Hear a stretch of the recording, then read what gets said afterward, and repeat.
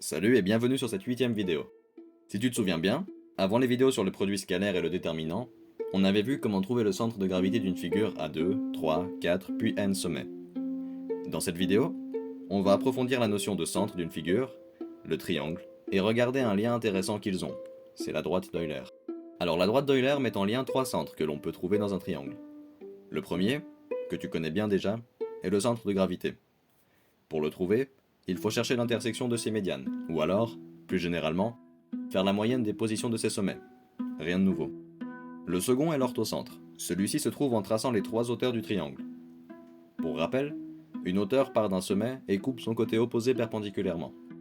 Le troisième centre introduit une autre figure dans notre dessin, un cercle, puisque c'est le centre du cercle circonscrit. En traçant les trois médiatrices du triangle, on trouve à leur intersection le centre du cercle que les trois sommets du triangle touchent. Pour rappel, une médiatrice coupe un segment en deux au milieu et perpendiculairement. Voilà pour les trois centres qui sont le sujet de cette vidéo. Leonhard Euler a non seulement démontré qu'en fait, ces trois centres étaient alignés, mais qu'en plus la distance entre le centre du cercle circonscrit et le centre de gravité est 3 fois plus petite que celle entre le centre du cercle circonscrit et de l'orthocentre. Autrement dit, 3 fois le vecteur OG est égal au vecteur OH. Regardons donc une preuve de ce théorème. Tout d'abord, il faut savoir comment traduire ces centres en termes mathématiques. En premier, on sait que le vecteur OG est égal au vecteur OA plus OB plus OC divisé par 3. Oui, l'origine utilisée peut aussi être le centre du cercle circonscrit. Ensuite, on regarde l'orthocentre, qu'on nomme H. Pour lui, le point important est qu'il se trouve à chaque fois sur une droite qui est perpendiculaire à un côté du triangle. Par exemple, le vecteur AH est perpendiculaire au vecteur CB. Et c'est ça qu'on va utiliser.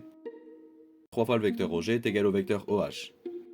Si on traduit le côté gauche de cette équation, on a 3 fois les vecteurs OA plus OB plus OC divisé par 3. Les deux 3 s'annulent. Donc le vecteur OH devrait être égal à l'addition de ces 3 vecteurs. Pour s'assurer que c'est vrai, on va établir un H' provisoire pour vérifier que ça marche. En gros, on nomme un point H' qui a les mêmes propriétés que H, mais qu'on appelle H' au cas où il s'avère que c'est faux.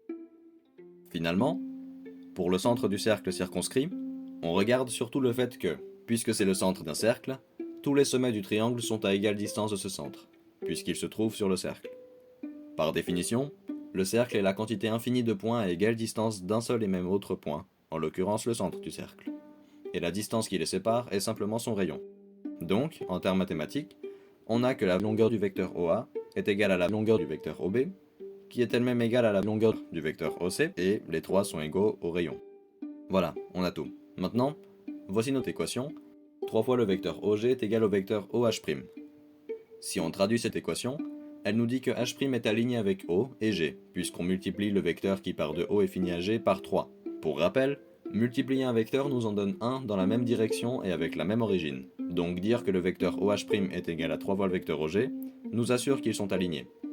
Tout ce qu'il nous reste à faire, c'est s'assurer que H' est bel et bien égal à H, donc à l'orthocentre. Pour ce faire, on va utiliser la propriété de H qui nous dit qu'il se trouve sur un segment perpendiculaire. Prenons pour départ le sommet A. Le vecteur AH' devrait être perpendiculaire au vecteur BC, et donc le produit scalaire du vecteur AH' et du vecteur BC devrait être égal à 0. Il n'y a plus qu'à développer les deux écritures. En appliquant la relation de Chasles, on a entre parenthèses le vecteur OH' moins le vecteur OA fois le vecteur OC moins le vecteur OB. On a défini OH' comme étant égal au vecteur OA plus OB plus OC. On peut donc substituer ces valeurs. On a une annulation du vecteur OA dans la parenthèse de gauche.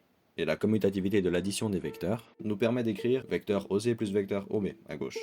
Maintenant, on a une identité remarquable, la troisième, qui nous donne le vecteur OC au carré moins le vecteur OB au carré. Le carré traduit une multiplication de vecteurs par eux-mêmes, donc on applique le produit scalaire.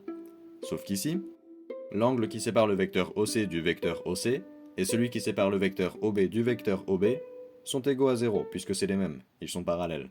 Le cosinus de 0 donne 1, alors on a la longueur du vecteur OC au carré, et la longueur du vecteur OB au carré, qui est soustrait.